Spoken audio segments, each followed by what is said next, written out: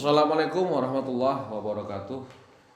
Alhamdulillah, sahabat KBT, kita ketemu kembali di segmen Jibril dalam kajian membangun personality. Masih dalam pembahasan analisis penyakit kolbu.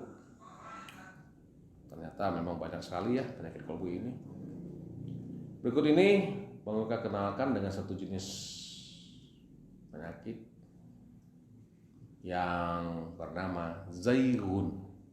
Ya. Apa itu zaighun? Di surat Al-Imran ayat 7 Allah berfirman, Bismillahirrahmanirrahim.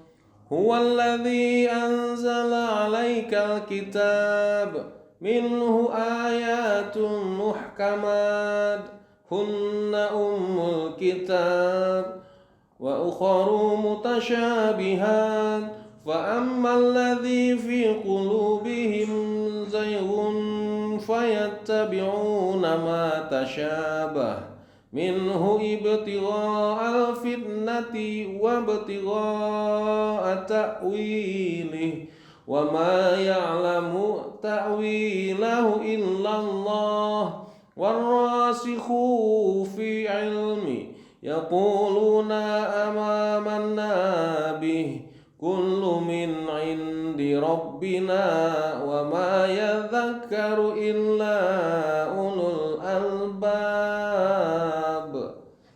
Dialah yang menurunkan Alkitab kepadamu, dan di antara isinya ada ayat-ayat yang muhkamat.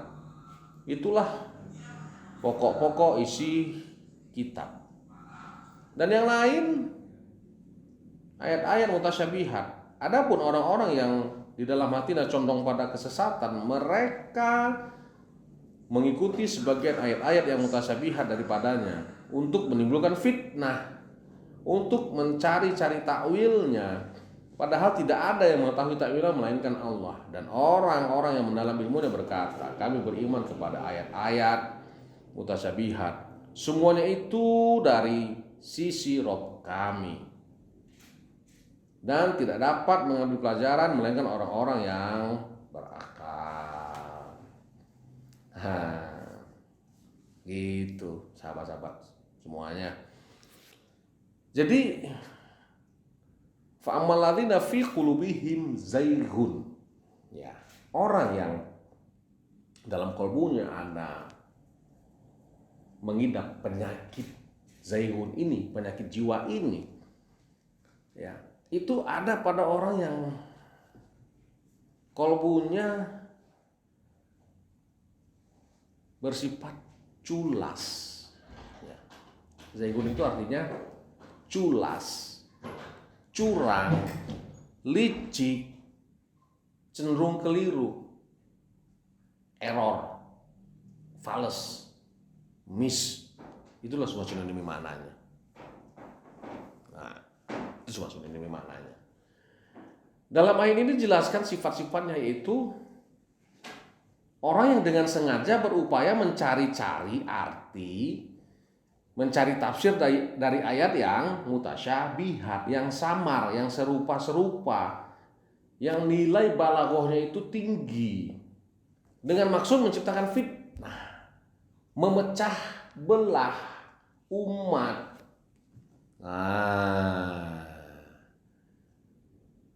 Ayo, orang yang menjadikan kitab suci atau ayat-ayat ini untuk melampiaskan syahwat politiknya, ya.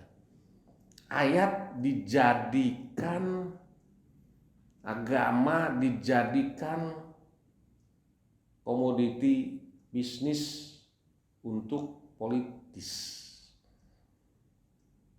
Inilah yang terjadi dari dulu sampai sekarang.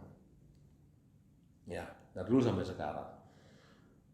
Kita ini sekarang umat Islam sudah boleh dikatakan terbelah. Ya. Boleh dikatakan terbelah sudah. Karena apa? Karena ini orang yang punya sifat culas, curang, licik, menjadikan ayat Allah, menjadikan agama sebagai alat untuk madu domba umat. Nah, seperti yang pernah dilakukan oleh Sunan Ogron dulu. Ya, tahu nggak Sunan Ogron? Cerita Sunan Ogron, baca aja sejarah.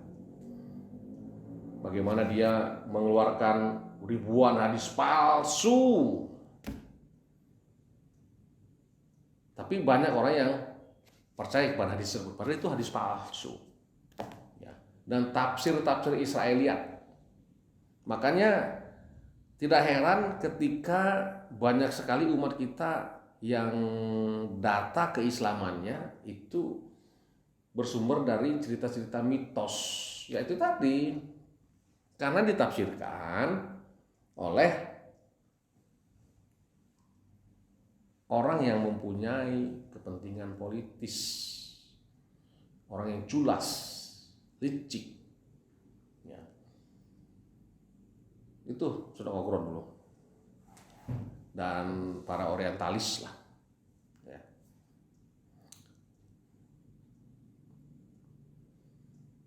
Dalam ayat ini juga dijelaskan syarat untuk memahami ayat mutasyabihat itu harus rosihu fil ilmi, orang yang matang ilmunya, barulah bisa kita menjelaskan ayat-ayat yang mutasyabihat gitu. Karena kalau orang yang matang ilmunya, dia tidak akan mengeluarkan statement-statement yang akan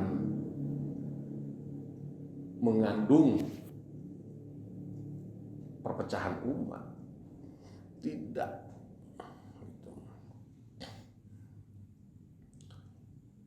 Nah, inilah salah satu jenis penyakit yang mungkin harus kita kontrol, harus kita analisis, dan paling akhir harus kita terapi agar penyakit ini tidak mengendap di dalam hati kita. Gitu. Terkadang-kadang jujur aja, kadang-kadang kita beragama ini juga kan ada kelicikan. Ya. Seperti ada kelicikan lah kalau saya bilang. Ini culas.